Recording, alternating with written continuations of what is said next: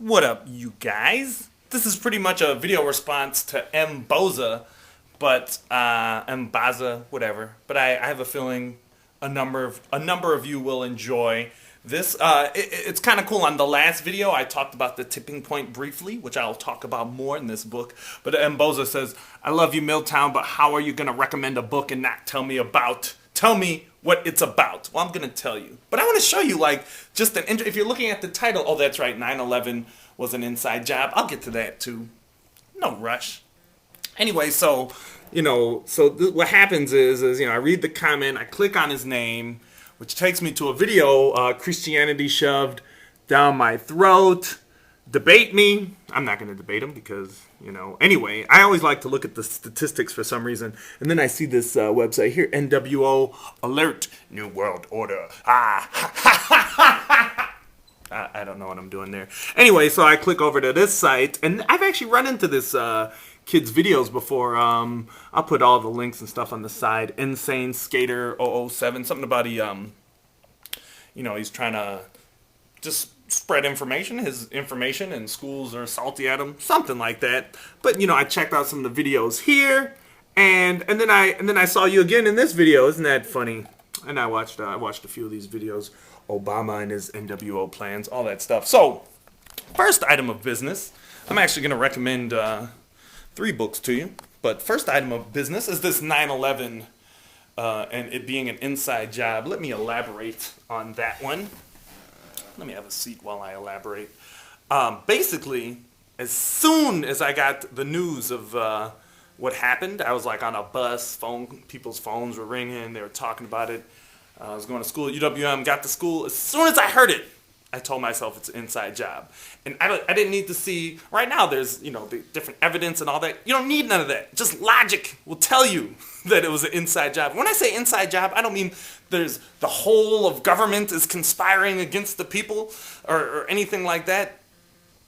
It was somebody inside had to get paid or had to be a part of the agenda or something to let something like that happen. That's as far as I'll go saying it. In that sense, it was inside. Somebody inside had to do something to allow that to happen. If everything was functioning as it's supposed to function with the technology we have and all this kind of stuff, maybe I would have allowed my mind to say, oh, one of these planes off course, whatever, but all the impossible had to be inside. Now, the depth of the insideness, that's, up for, you have to do your homework on that. I won't get into that. So that's why I think, I think it's ludicrous that people would believe that it was somehow not, at least, a little bit inside, a little bit. It has to be a little inside. It wouldn't have been able to happen otherwise. Anyway, I brought my timer here so I don't spend too long on each book. I'll give myself a minute for each book. I'm going to start with influence, mbozza. I saw that you're into psychology. Boom! Here, Influence, the Science and Practice. I read this book. It basically teaches you the martial arts of what influencers do, namely salespeople, but anybody, trying to get you to get into something. And there's scientifically documented things that you can do to increase the chances of someone agreeing to whatever it is you're selling or telling them.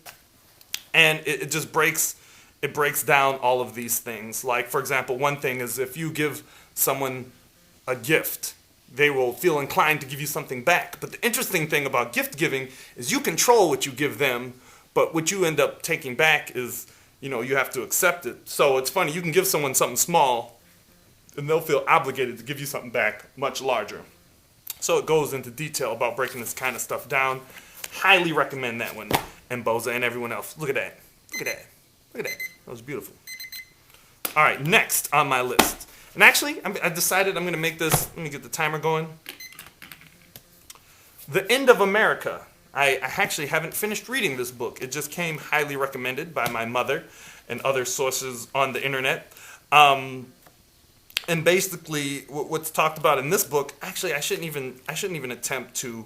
There's some of her. She's on YouTube talking about this book as well. But it's basically talking about our rights as citizens, getting removed from us bit by bit, and that we got to do something now to keep it from happening. And I'll come back to this book. I'm going to go ahead and finish reading this book before I start anything else. Look at that. Did that one in like 30 seconds. Let me reset it. And now on to Tipping Point, which I should give myself more. One day I'll figure out how this thing works. All right, Tipping Point. Here we go.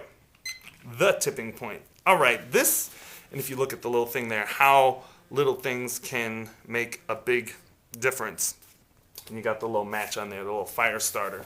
What he basically breaks down is how things go viral. Not so much in the sense of YouTube videos going viral and everything, but like fashion trends and information and these kinds of things. And he talks about that there's 3 types of people that that are in need to make something go viral. Mavens, who are information like addicts, salespeople who are kind of like they know the influence stuff and can present ideas well, and connectors, people who are just connected to a whole bunch of people. So when information gets to them, they spread it out to a whole bunch of people who in turn spread it out to people, to different mavens, and so on and so forth. And he really just breaks down kind of scientifically somewhat how these things get spread. And there, my minute's up. But I will actually probably just dedicate a video to this. I'll take a little bit more time and prepare myself. But that's what it talks about. Like, for example, I'm going to just throw another story in there. The Midnight Ride of Paul Revere. There was actually 2 people who went on a midnight ride. But he says because Paul Revere was a connector and a maven or something like that, that when he went on his ride, there were 2 people who rode in separate directions. Paul Revere got a posse up because he was a part of a bunch of different groups there. He knew right who to go tell. And, he knew he would tell someone and that person would tell someone and it would spread. The other dude didn't really know what he was doing, didn't have no connects, didn't have no friends. Paul Revere, he was, respected. So when Paul Revere came and said, "Hey, the British are coming, motherfuckers," like, people got hype and they were like, "Oh shit, the British are coming." Or the other dude is like, "Hey, dude, the British are coming." And they're like, "Dude, shut up. I'm going to go make a sandwich." So anyway, Tipping Point, end of America, influence. Okay, and at the end of this journey, what I've done as I was gonna, let me look at the time. This is a long video, but whatever. Mbozza, this is special for you and for whoever else wants to watch it.